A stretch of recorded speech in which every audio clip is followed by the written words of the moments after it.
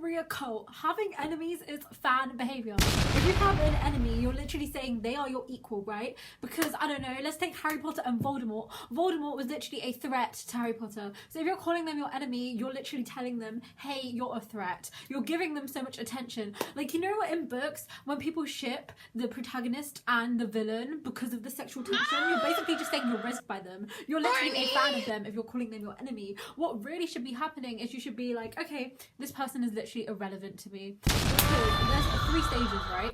First stage, I'd say, is you're still in the situation with the trash person and they're treating you like trash. Second stage is you need to heal, you need to get over it, you need to like, not get over, like process your emotions, think about what's happening, think about the lessons you've learned. And then third, literally move on, they are irrelevant. Like, this is the way you should look at it. This person came into my life and literally was trash, but now they're gone, so they are irrelevant. They were important in my past and they taught me a really important lesson, but now they've just gone, right? That is the mindset you should have. Because if you call someone your enemy, it's giving you just stand them, you're obsessed with them, you have no self-respect, and you put them above you. Why are you putting your enemy on a pedestal? They're not, you see, the fact I'm even calling him your enemy is bad. Like, I have no enemies. I have people who have hurt me in the past, but I just see them as things I've learned from. Number one, things that I've literally learned from, and now I've learned that lesson. I am no longer gonna accept people in my life like that.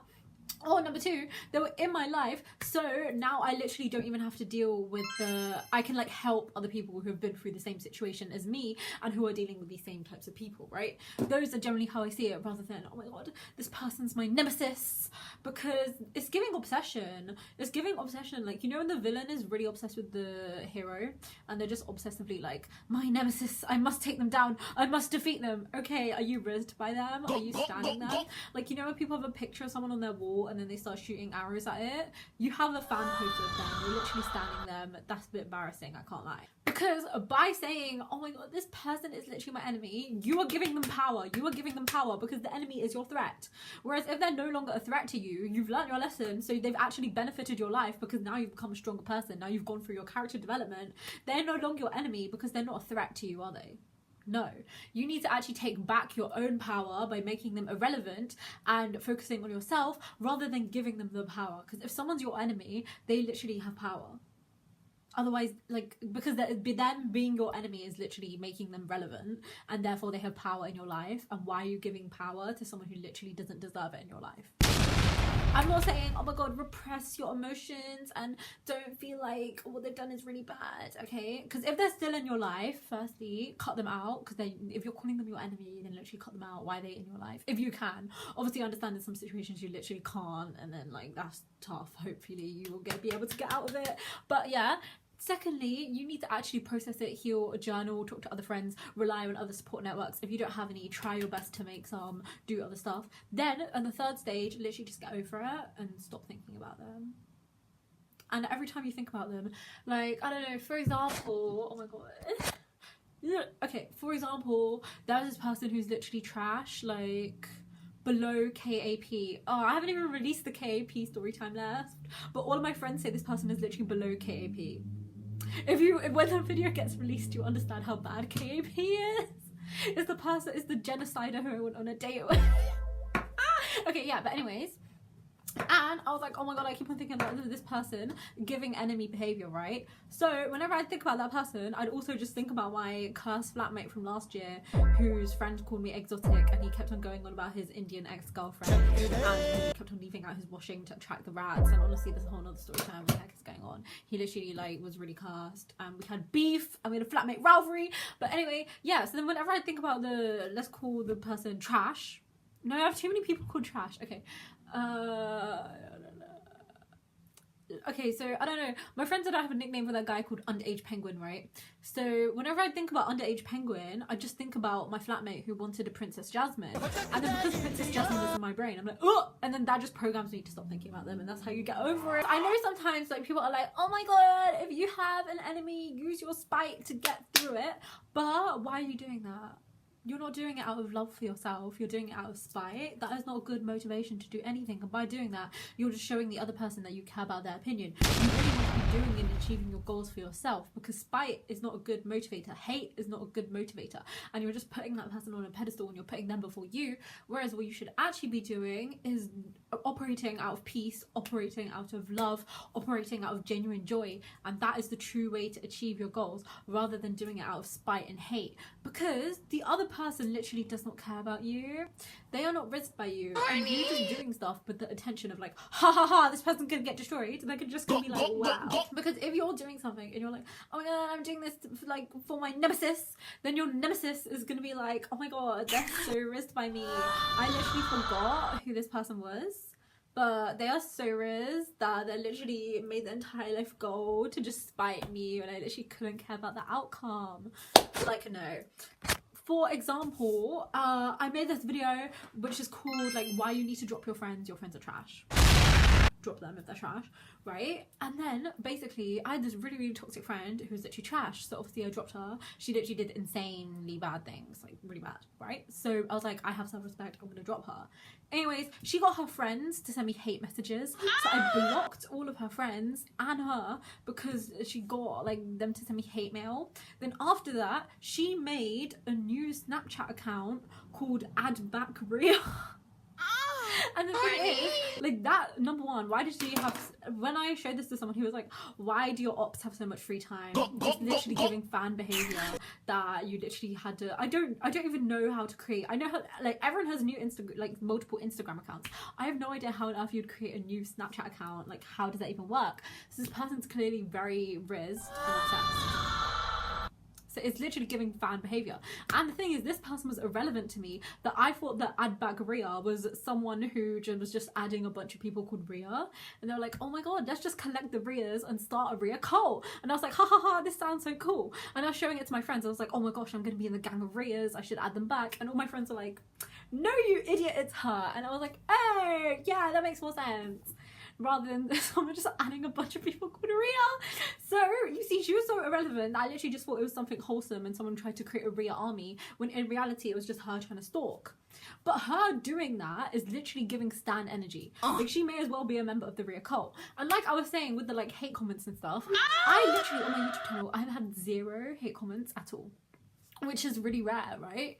Because normally people get a ton of hate comments. I did try to create a TikTok account that lasted for like 2 days, and I got multiple messages telling me to kill myself there. Like on YouTube. On YouTube, I've literally gotten 0 hate comments. I've gotten like constructive criticism, but like in a nice way, not a hateful way, right? So that shows that the Ria cult are like actually have self-respect and aren't haters, because if you're hating something, that means you're rezzed by it. Otherwise, what the heck is even this camera? I'm literally filming this on a vase, on a book, on a box of earrings, and then on my iPad that's tilted, and then my case is broken, and it's also the iPad 1, which is why you have best graphics ever. But literally, why are you giving your enemies attention? Don't even call them enemies. By the end of this video, you should not have any enemies, because why? Why? Are they seriously as important as Voldemort is to Harry Potter? No, exactly. Then they aren't your enemy, because by calling them your enemy, you're literally just giving them power. They need to stop being your enemy, right? Because if you're angry forever, it's literally going to increase your cortisol, which will lead to you being really stressed. And you know how on the NHS and shit, it's like, oh my god, you could either have a million diseases that are really bad, or it's just stress. And do you want stress to give you crazy symptoms and literally make you die? No. So then why are you holding on to the anger? You need to let go of the anger, obviously when you're ready and you processed it, but still, right? Because if you hold on to the anger, it's not for the other person, but for yourself. If you're doing it for the other person, then ew, who cares? They're literally trash. They should be irrelevant in your life. You need to let go of that for yourself.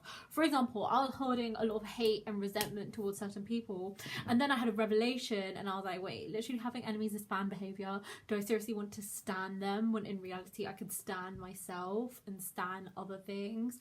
No. And then I have this thing where I get really stressed, my scalp like gets really flaky, and all of a sudden the flakes were coming, and I was like, what the heck is happening? And then I realized it was my body letting go of all the stress, because I'd finally released the trash. And I know it's like not easy where you're like, okay, I'm gonna stop thinking about this person, but at least just stop calling them your enemies. Stop doing stuff like, you know, like I hear people who are like, oh my god, like I broke up with my ex and they're like obsessively texting me through like PayPal notes or something, and I'm like, that is embarrassing. Like, the fact that the other person doesn't want you should make you not want them, because you're like, ew, that person doesn't want me, so I no longer want them. That is how you should feel, right? Rather than being like, this person is my enemy. Like, why? If someone's treating you disrespectfully, just be like, that's trash. No, that's my enemy. That's trash.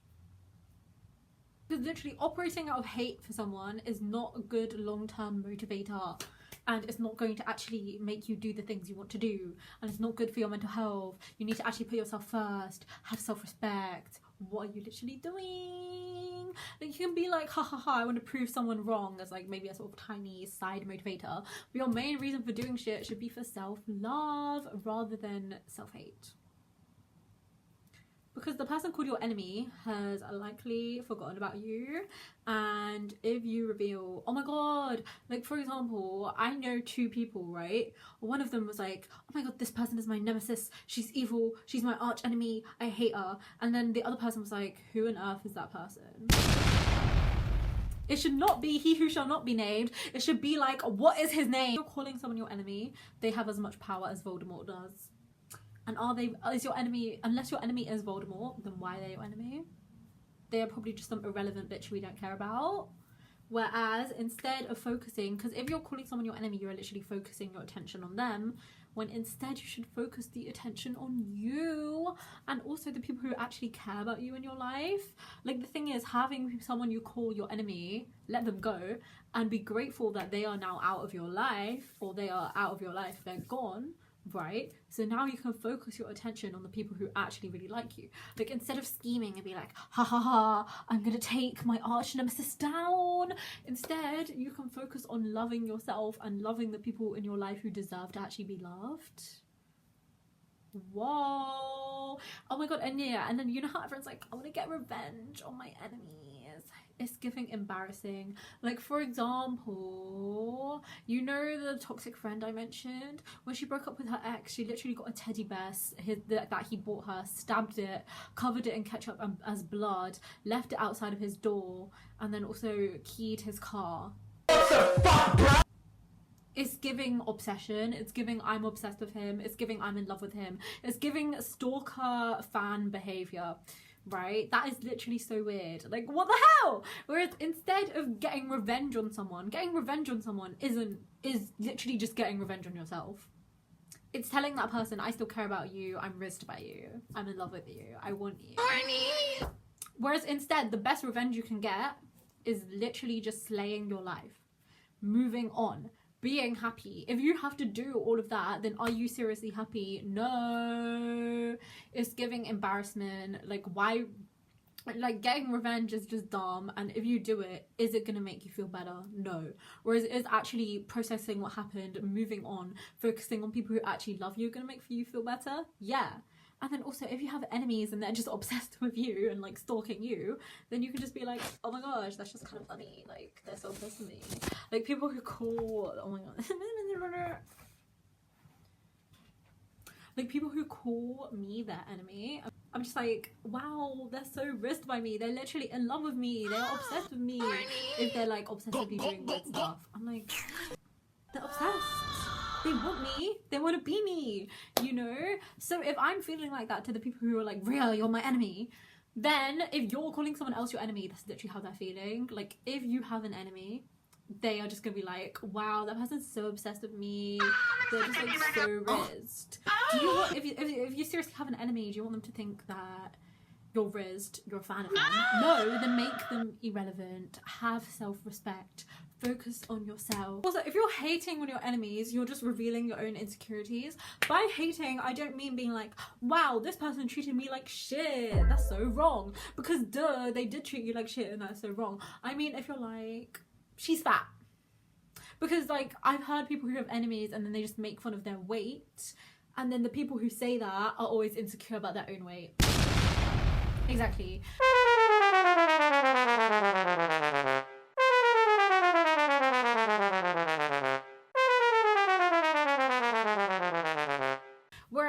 instead you should judge the person for their actions and not for their physical appearance or like anything like that. Like instead you should just hate on them. Like don't even hate, because hate is an obsessive word. That means you're obsessive. Hate is literally the opposite of love. And if you're thinking about how like intense loving someone is, the opposite of that is hate. So it's also giving enemy behavior, right? But I mean, if you're like just accepting the fact that what this person did to you is shit and their actions are trash, that's good. But then if you're hating on them, why? It's literally just giving insecurity. Like if you're like, oh my god, that person has such, I don't know, thin eyelashes or something, then that's just revealing the fact that A, you're insecure about something else and you need to hate on their eyelashes because you have voluptuous eyelashes and it's to feel better, or you also have thin eyelashes, your eyelashes are decaying, your eyelashes have perished, and then you're making fun of them because you're like, okay, at least my eyelashes are better than that person, and it's showing that you were just embarrassed. Oh my god. Bye.